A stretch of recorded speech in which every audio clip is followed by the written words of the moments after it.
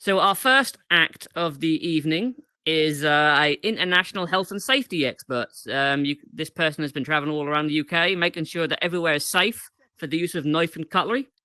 So please, let's get started. Welcome to the stage our wonderful international health and safety expert, Ian Crawford. And there you go.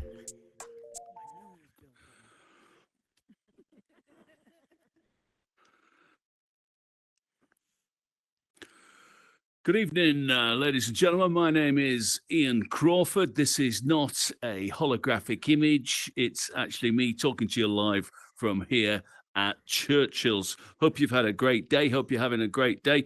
I'm based in the UK. I'm an international health and safety advisor. And the main thing I'm going to be advising you about tonight, I have here on stage. You might not be able to see it too easily, but I've got some what we call in the UK cutlery. You might call it, give me a wave if you call that flatware.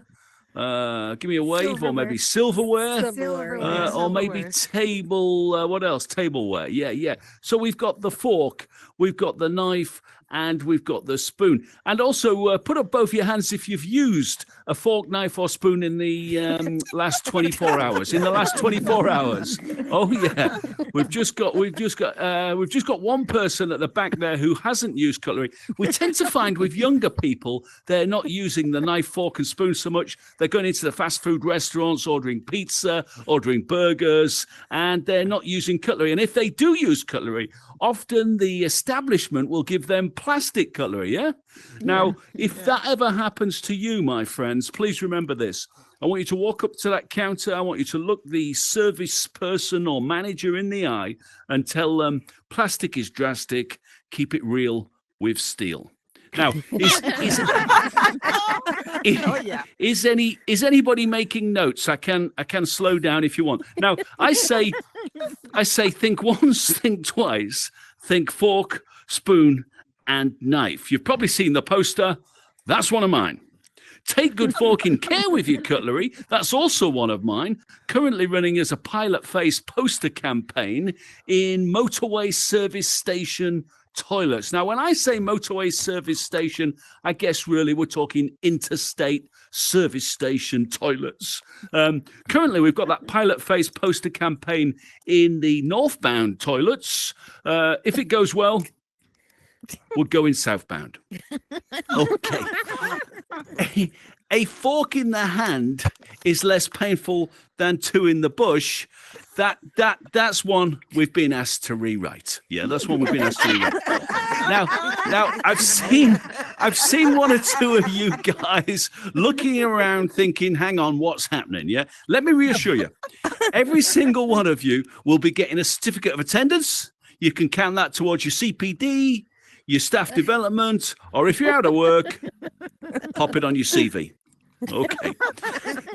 Now, here in the UK, sadly, there are 12,000 accidental deaths. Please take care, especially when you've got your headset on. We do not want that. But the reason I'm here, and it can be a bit shocking when you hear it for the first time, in the UK, each year we have 4 or 5 cutlery-related deaths.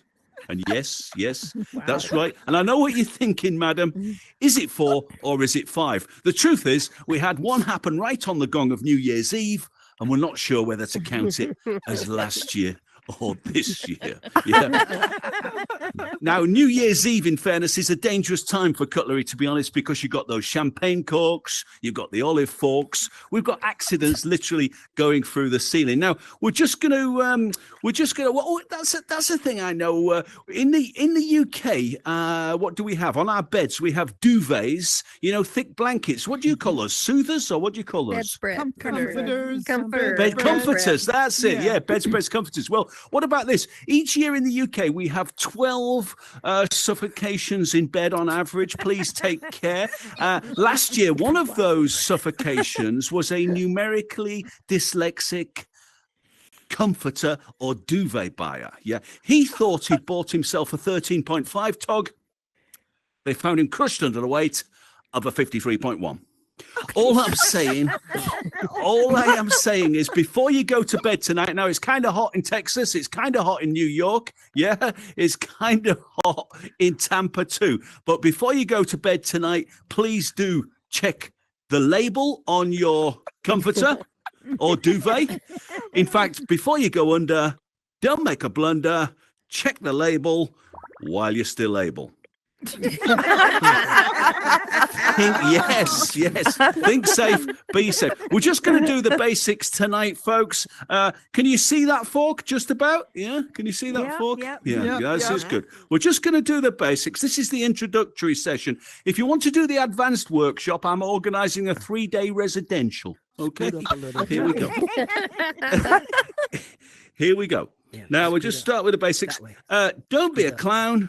Turn that fork down. Yeah. If you are going to leave a fork unsupervised, please turn it over, thus minimizing the likelihood of a prong or tine related injury. Now, guys, I need your help. You want your certificates. Shout out after me. Don't be a clown. Turn that fork down. Around. Yeah, well, this is interesting. Thank you for those of you that said down. For those of you who said around or upside down, for goodness sake, please listen, pay attention. There's no point being here otherwise, yeah? And apart from that, if you start adding your extra words, that's when accidents happen, yeah? Good. Now, let's have a look. We're going to move on to the knife. I hope you're concentrating, you two down there. And here we go. Now, the knife, we're getting a lot of accidents. You guys, of course, we have sliced bread in the UK. We make toast. Do you guys have toast? Do you have butter on toast? Yeah. Oh, yeah. What's your favorite topping, Fran, on toast? Peanut butter. Peanut butter. Any fans of peanut butter? Yes. Oh, yeah. Can anyone improve on peanut butter? Dave, what's your favorite topping on toast? Cinnamon and sugar. How about that, ladies and gents? We've got a winner. We've got a winner. This is good. Well, just please take care when you're using the knife. Look, when you're using the knife to spread, let the knife do the work. Let the knife glide from side to side.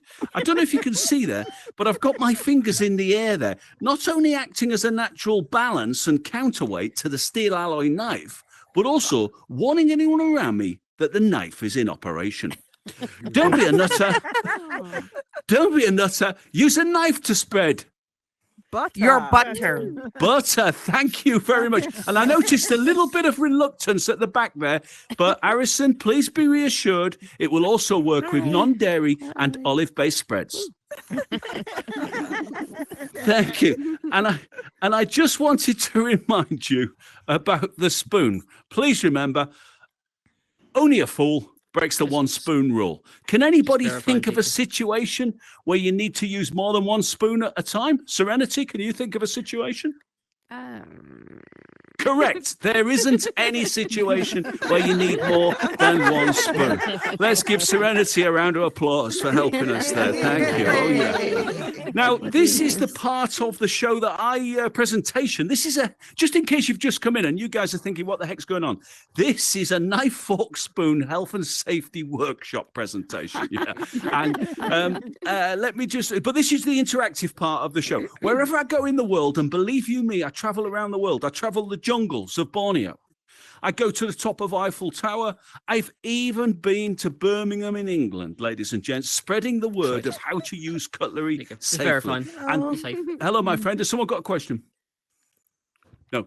And if what I want to do now is ask you for your favourite knife, fork, spoon, silverware, flatware, cutlery items. In a minute, not just yet, you can, if you want to vote for the fork, put your hand up like a fork. In a minute, not just yet.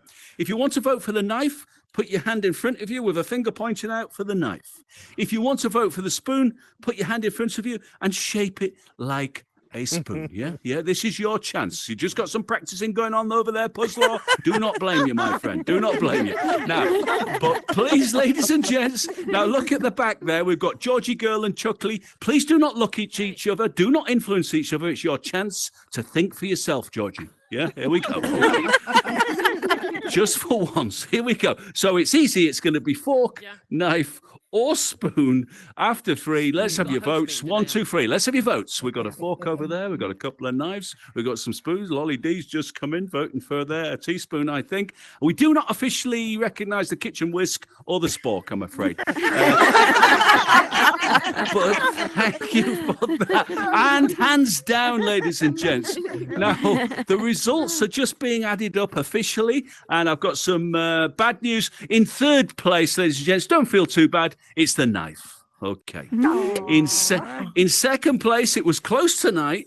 It was the spoon, but tonight's winner, give yourselves a round of applause. It's the fork. Give yourselves a round of applause. Oh, yeah.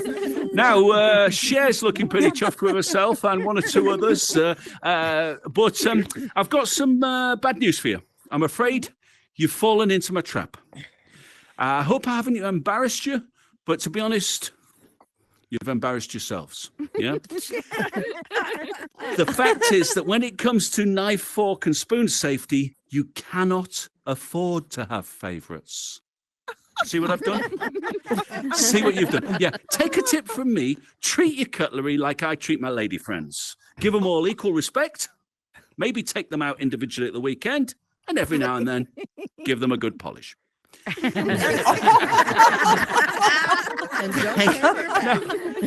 Before we move on, now I just want to. Some of you will notice there's a spoon, there's a knife, and there's a fork. But what's missing? That's right. We call it the teaspoon. You know the teaspoon, guys? Do you drink tea in America? Yes. We love tea in the UK. Yeah, we would be lost without a teaspoon. Now, we had a horrific accident reported recently, and I'm sorry to tell you that a young fella, 22 years old, home alone, making himself a cup of tea, stirring in 2 sugars. Now, there's nothing wrong with that as long as you ignore the inherent dangers of a high-calorie, high-sugar diet. No, the mistake he made, he left the spoon in the cup. Oh, yeah. Oh, boy. Oh, no. If he'd used spoon sense, he would still be alive today. You guessed it. You guessed it. He didn't. He isn't. He's dead. The mistake he made, he took that cup through into the dining room. He placed the cup on the table with the tea and the teaspoon still in it. The chair he sat down on gave way. He fell forward. And the last thing he saw was that teaspoon handle coming towards his eye. Oh, sliced through his eye like a hot knife through butter. Let's learn from his mistake.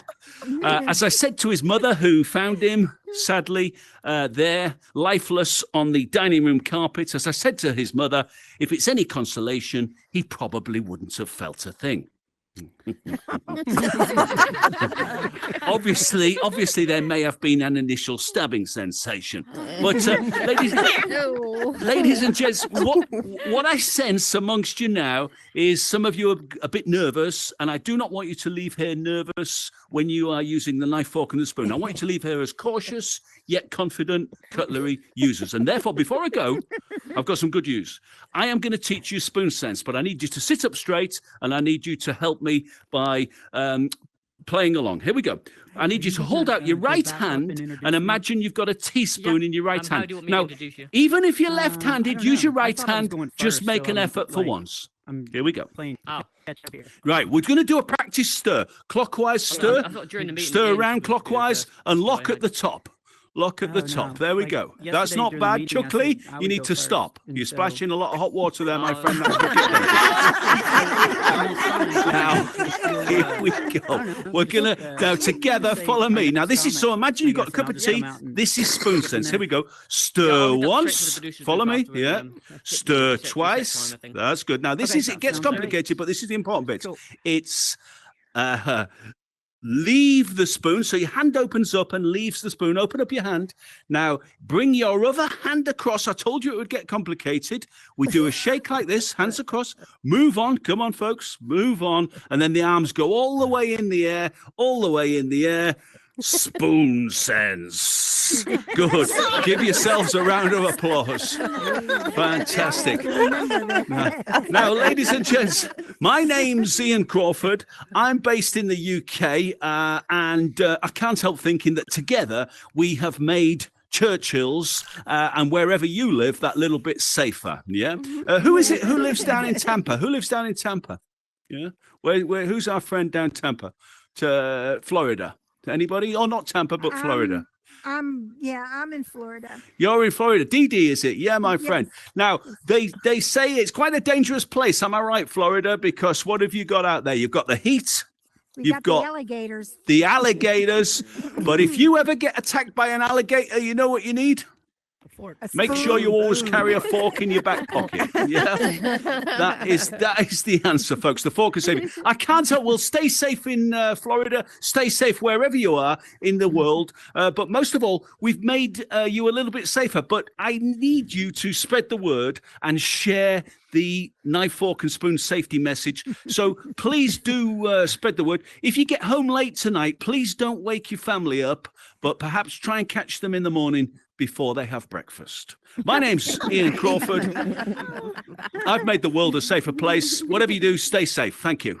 Thank you. Thank you. Thank you. Thank you. Have a great evening, folks. Stay safe. Bye. All right, give it up He for was Ian good. Crawford. That was absolutely amazing. Yeah, that was great. Now we're all aware of good the job, dangers man. of use of cutlery.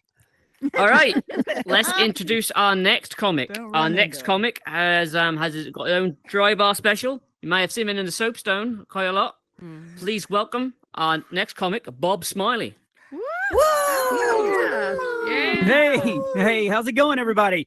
Sorry, It's going good. I feel like I was kind of late getting up here. I was busy getting rid of all my teaspoons. So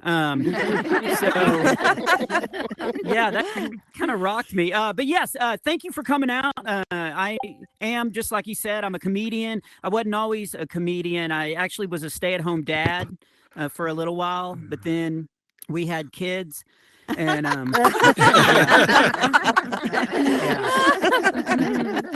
really had to get out of there. And I guess I'll introduce myself because I don't think anybody knows me. I am a comedian. I'm married. My wife and I, we have 5 children. Yeah, Sorry. stupid. No, that actually sounds mean. I love my kids. I love Coulter and the others, and I'll talk about them in a second. But man, I just want to thank everybody that's making these comedy clubs, because I don't know what it was like where you guys live. By the way, is anybody from Canada? Anybody from Canada?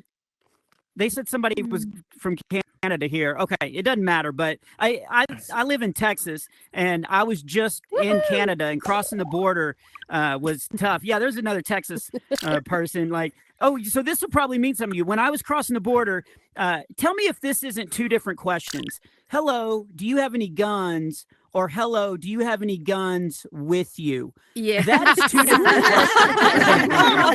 questions. Two different questions. Yeah. I was not ready for that. He goes, do you have any guns? And I was like, yeah. And he goes, what? And yeah. And he goes, how many do you have? And I don't know if you ever will be in that situation, but 18 is the wrong number. Yeah. I will say this, though. Canada does have free health care because they gave me a thorough examination. And no bill. So anyway, but I am from Texas. And so when COVID hit, this is what I do for a living, is I do stand-up comedy all over. And, all of a sudden, and Texas Froggy, I don't know if you know where the Woodlands is, but I live in the Woodlands. You do? Okay. Well, then Yes, I need I to do. say this to you. This won't mean anything to you guys, but I am not rich. The Woodlands is known for being too rich. Like, if there's a fire, the firemen only use bottled water. It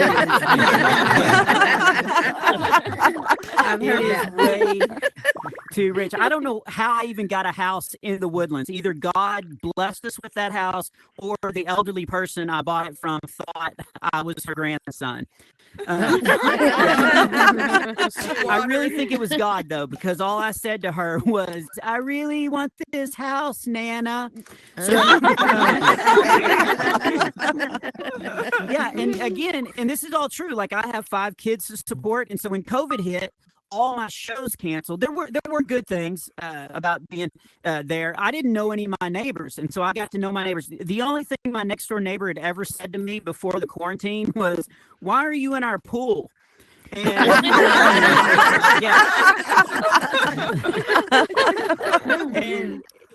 and so I love that we have these comedy clubs because I was able to keep doing stand up, and I'm not complaining about the quarantine. There were some good things, like my kids learned new terms like intermediate fasting, or you know, what they call dad doesn't have a job. And by the way, how did it affect? I know you guys are from all over the place, but did you guys, when quarantine happened, did all the schools shut down? Yeah. Oh, Yeah. And so a lot of people had to homeschool their kids. I love that parents were finding out that teachers were not the problem. Exactly. And we were the same way. We had 5 kids to homeschool. I actually had 2 of my kids pack a bag, go across the street, and try to register as a foreign exchange student. Yeah. And we just saw the weirdest stuff. I'm sure everybody here has seen somebody in real life driving in their car by themselves wearing a mask. Yeah. Yeah. That still goes on. I was 3 weeks ago, I was in Washington, D.C. doing a show. I was headed back to the hotel, pulled up to a red light, looked in the car next to me, guy's by himself. He actually has 2 masks. They're not on right. His ears folded over. I'm looking at him. I'm like, how did he get elected president? Are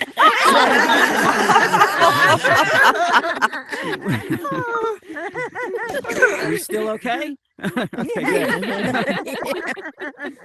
That was just a joke. I'm not a political comic. And here's the deal. I only do clean comedy, so I want everybody to always have a good time. So if that joke did offend you, please know that's all it was just a joke, okay? I mean, yeah. He wasn't People elected. can be so Anyway, sensitive. no, it was. So, so I'm married. I have 5 kids. I thought I'd kind of take you just through my life with the amount of time that I have left. I got my sense of humor from my dad. I have really awesome parents. I'm not just saying that because I'm sitting in their house right now and they're listening. But I got my sense of humor from my dad because he would always say funny things like, we don't look alike at all. And so I remember one time, it was my second junior year in high school. I went to him. What? Hang on, Dee Dee, are you judging me? I'm used to it being a Christian audience, you know, and they just judge me silently in their minds. Right. So, but anyway, yeah, I was not good at school because I didn't get things the way other kids do because I believe that my brain was made to do comedy. So I perceive things different. Like I remember first grade, my teacher said, class, you have to raise your hand to go to the bathroom. And I was like, no, you don't. Watch.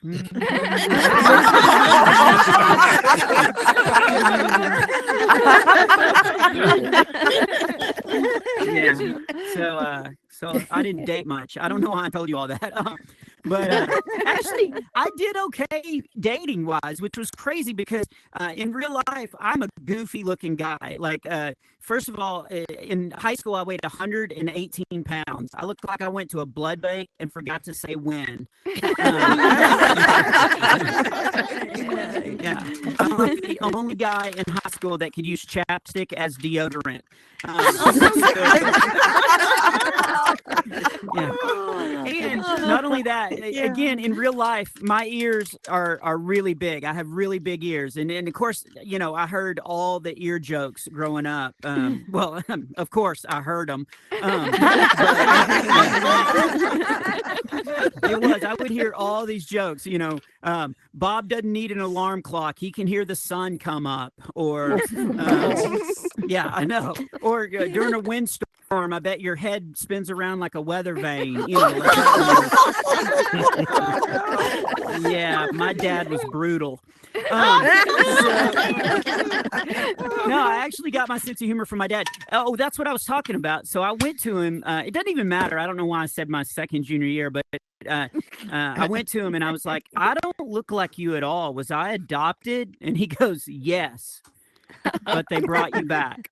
So, that makes him sound mean. He wasn't mean. He just was real funny and quick. But actually, some things he did was mean. He actually convinced me if the ice cream van was playing music, it meant it was out of ice cream.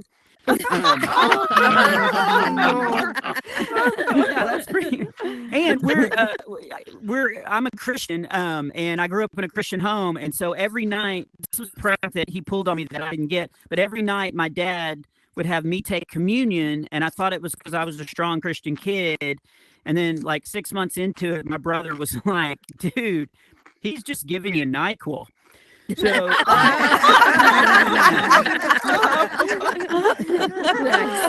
I grew up in a small town. Oh, and I should say this because it is weird that girls liked me, because not only was I a scrawny kid, and but we were poor growing up, like really poor, like like had to eat cereal with a fork to save on milk, and we everybody get it? It's gonna get it? Okay. But here's what I bring up. So my mom would make all my clothes, and everything she made for me was green. And I finally had to tell her, you can't take a scrawny redheaded kid with big ears and put him in a green outfit. Okay, yeah. What did I look like? A string bean. Yeah. You said a string bean. That's new. Okay. I'm gonna have to book a session with my therapist again. Okay. No, I look like a leprechaun, and everybody knew it. Kids would come up to me at recess and be like, "Hey, Bob, you look magically delicious." So, yeah. So that's where I grew up, and I don't mind, because I know God made us all different. That's to be celebrated. That's to be, like with different shapes and sizes and colors, and that's all that stuff. But I couldn't believe that girls liked me in high school because I was a goofy kid. And for a while, I'll be honest, I didn't know that girls liked me, but thankfully I'd read an article in a magazine that told me that when girls really like you, they will ignore you. Guys, I had no idea. Every single girl in high school had a huge crush on me. Like, they would ignore me all the time. I remember one time I was standing inside the English room, and Jennifer Edwards was the most attractive girl in my school, and she walked in, and she had such a crush. She was ignoring me so much that she took her coat off and just hung it on me, like she thought I was a coat. She just hung it on my ear, and so I grew up, and then my parents sent me to a Christian college. Again, we're a Christian family. My mom wanted me to have a Christian education. My dad wanted me to go to a Christian school because he said it's easier to pick up Christian women. And Really? Yeah, really. Do y'all not know that? It's easier to pick up Christian women because you can use Christian pickup lines like, "Excuse me, I believe your rib belongs to me." And so I went to college. That's where I met my wife. At the time, I thought it was love at first sight because I was in the just outside of the campus center in this little field, and she was just walking right by me, and all of a sudden, for no reason, she stopped and she turned and she looked just right at me, which I thought was crazy because I really thought I was hidden by the bushes. And, love knows no boundaries. She looked right into my binoculars. And, and she walked up to me, and I used to get so nervous to talk to women, and I was like, "Don't try to be funny," because I used to get so nervous I'd say the wrong thing. So I thought, I'll just say, "Hi, you look nice," because she had a nice dress on, and so I was like, "Okay, just say hi, you look nice." But I was so nervous. Instead of "Hi, you look nice," I was like, "Nice, you look high." Oh. But she laughed. We ended up dating for like 2.5 years. I proposed. That was nerve-wracking, waiting for that email response. And Yeah, and then I started as a husband and started trying to do stand-up comedy at the exact same time. And there's so much to learn in both areas. Like I just didn't know a lot about women. Like I didn't know women at night put stuff on their face and in their hair. I guess to preserve them through the night. Like I don't see and I'm not making fun of that. I'm just saying, tell your husband before you do that. First week we were married, she came out of the bathroom. I didn't even recognize her. I just backed up going, greetings. You know, I was like, should I take you to my leader? And she was like, idiot, I am your leader. So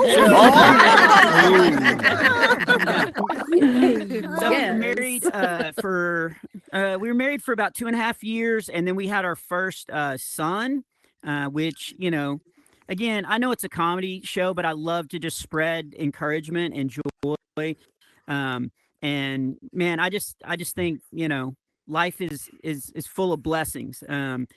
Anyway, what I'm trying to say is I always wanted to be a dad because I had a good dad, and this is probably too personal, but when I first got married, I was told that I couldn't have children by my mother-in-law.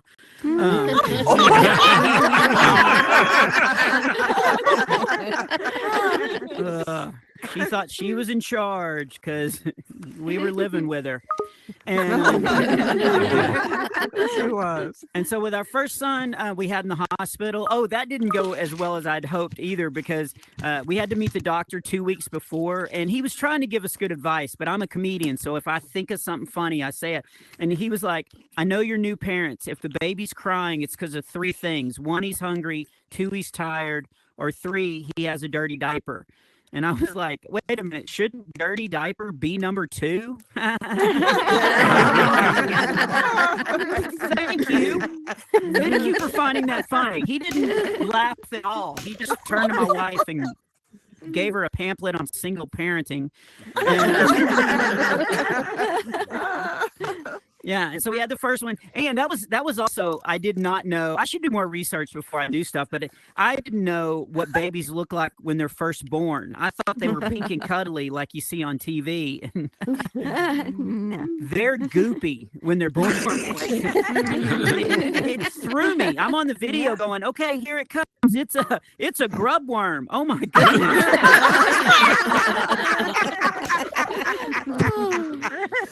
I was expecting pink and cuddly. My first son, he looked like a VeggieTale dipped in motor oil.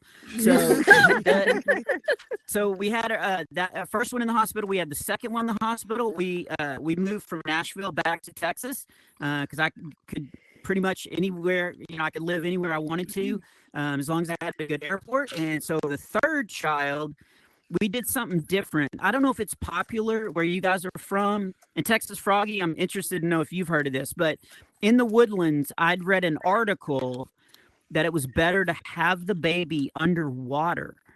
Have you guys heard of that? Yeah. Heard of it, yes. Yeah. We did that, and don't do that.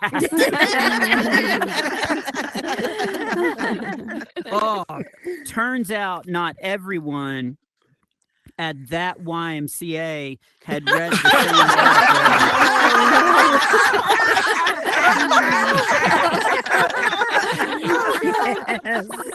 article. That lifeguard was angry, and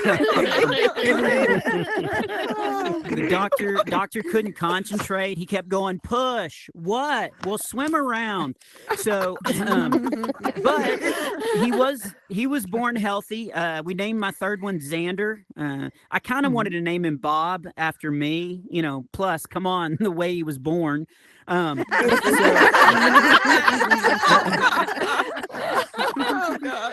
So I want to close out my set talking about stuff, but I kind of have to tell you a bad part of my life before I get to it. So here's the deal. I was married 17 years. We had 3 kids, and then my wife just met somebody else with way bigger bank accounts. And yeah, and it's true, and it's okay because everything's good now. But she did. She met somebody. She left. She's married. She's rich. But for a while, I was a single dad. I was a single dad with 3 boys, and it was really weird because my kids wanted me to date right away, and I had to tell them like, no, I'm not ready. I've been faithful for so many years, and I'm faithful in any relationship. Like when I hang out with my pastor, I don't look at other pastors. I don't. I'm not like, oh, wonder what his sermon's like. I bet he ends on time. So, yeah, and so I was single for a while, and then about 7 years ago, I met the most amazing woman. And the other thing, while I was single, all my friends kept signing me up for dating sites. I don't know if it's popular where you guys are, but one of my friends signed me up for a dating site called Plenty of Fish. Yeah. Have you heard of it? Yes. Yeah. Yeah. Wait a minute. Have you been on it? No. Okay. You look familiar.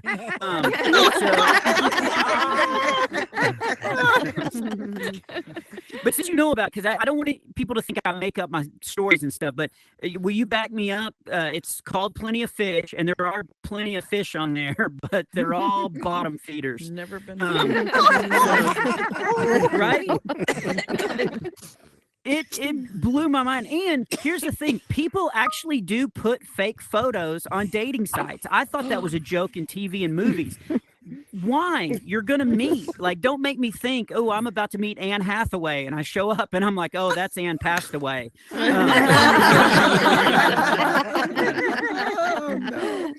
So I've never done stand-up. I got a fork in the face just moving around. This is the weirdest show. Safety guy left. Yeah, I haven't got my certificate yet. We'll see how it goes. But yeah, so anyway, I did meet this amazing woman, and we're now married. We did meet online. We met on an obscure dating site called, what was it called? MySpace. It was awesome. We were the only 2 left. And she's an amazing woman. She's also Christian. The only bad thing is she's a little younger than me, so I was very nervous about that first date. But thankfully, her favorite band was playing in Houston, the Wiggles. And I know. I wanted that date to go on forever, but it was a school night. And yeah, and that's why we have 5 kids, because I had 3, and then she has 2. And in fact, I know it's a comedy show, but I love people that have a pure heart. So I'm going to brag on my wife just a second. The very first time I ever talked to her on the phone, I didn't know she had kids. And I'm aware that this story is going to make me look bad, but I don't even care. I didn't know she had kids, and she mentioned something about it. And I said, hang on, you have kids? How many kids do you have? And she goes, I have 2 boys. And I don't know why I did this, but I went, yeah.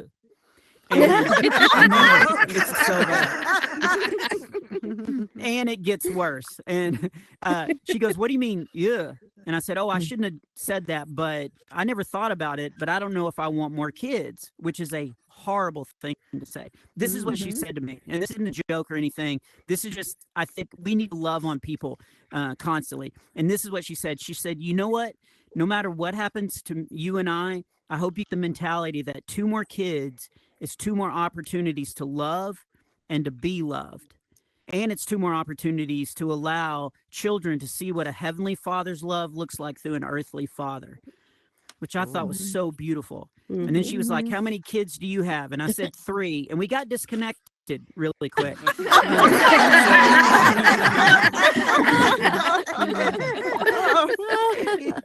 yeah, so we have 5 kids now. So we're a blended family. And it's always weird telling people that we're a blended family. Most people say, oh, I bet it's like the Brady Bunch. And I'm like, it's like the first 15 minutes of Saving Private Ryan.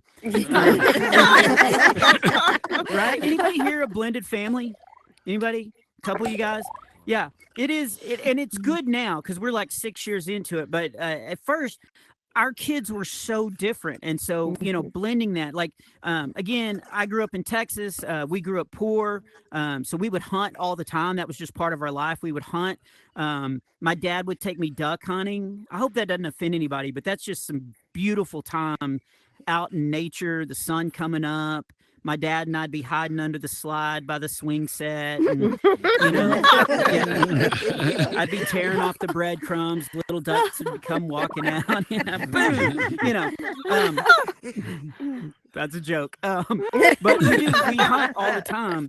And I always forget that some people don't like hunting and some people, didn't grow up hunting. In fact, Texas Froggy, I'm interested. I don't know if you have the same infestation that we are having in the woodlands right now. You've probably heard about it on the news. We have this really bad infestation. We call them Californians. Yes. We have all these Californians. So when I was a single dad, because we hunt all the time, and so this California group came in, this family, they moved 3 doors down from our house. And here's the deal. Like, I never want to offend anybody, but they, in our neighborhood, our house is known as the crazy, frat boy house because it was just me and my 3 boys, and we would always have the neighborhood kids over. But we're also known as the Christian house. Everybody knows that we're Christian. And this California family that moved in is part of the cult where they try to brainwash everybody else. What's it called? Scientology.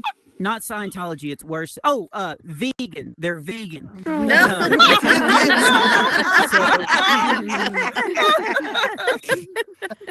And again, I never want to offend anybody at my shows, but if you're vegan, I don't care.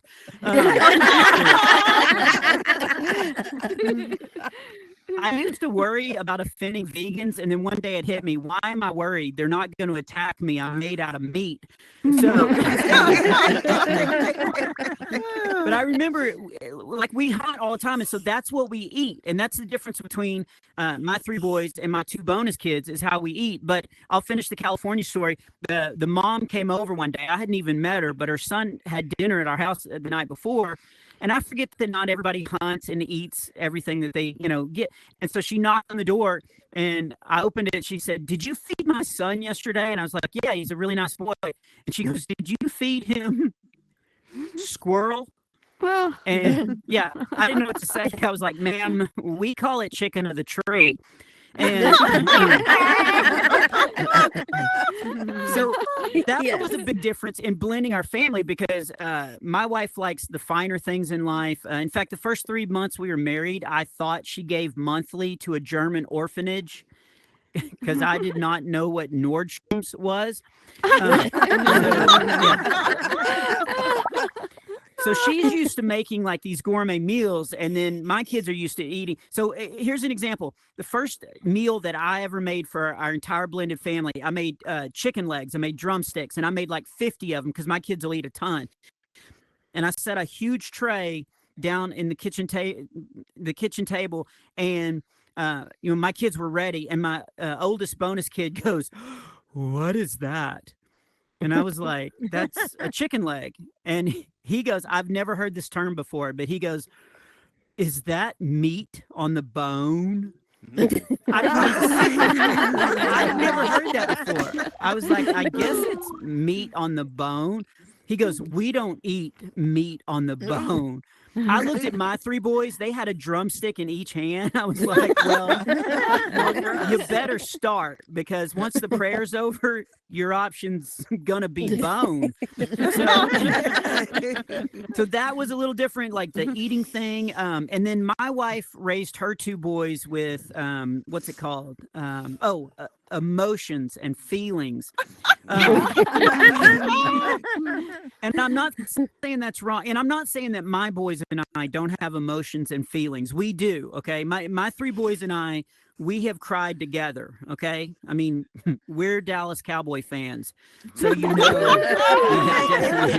definitely cried together. But in fact, I'll make this my last story, but how we deal and how we, emotionally, how we deal with the kids was different. We had to learn how to blend that as well. So here's a great story. I was upstairs. Mason is my youngest bonus kid, and I was in his room putting some clothes away, and I looked in the corner, of the room. This part is a little sad, but it goes with the story. But he had a pet bird, and it died. Okay. Yeah, and I don't. My first thought was we had a bird. I didn't know. We have 5 boys, so I rarely go upstairs because of the smell. But I was putting clothes away. He had a pet bird, and it died. I don't even know how it died. Probably old age. I just found it right in my dog's mouth, and I know I felt terrible, but I was glad I found it because my wife is squeamish about that stuff, but not me. You know, I'm a hunter. I knew what to do. I wrestled the bird from the dog's mouth. I cleaned it off. I put it back in the cage. Yeah, I made it look like a suicide.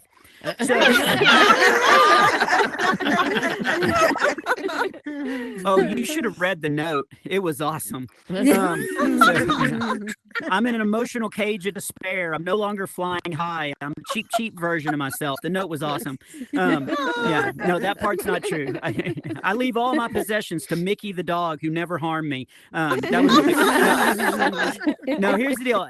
That part's a joke. The rest of the story is true. I found the bird. I told my wife because, you know, I love her and I'm very honest with her. Plus, she did walk in while I was wrestling it from the dog. But here's the point. I would have texted my boys and just said, hey, the bird died. She said, let's wait till all the children are home and then we will break the news and then we will let them individually tell us how it makes them feel. Yeah, and don't laugh because I was on board. I was thinking, oh, this is going to be a good TikTok.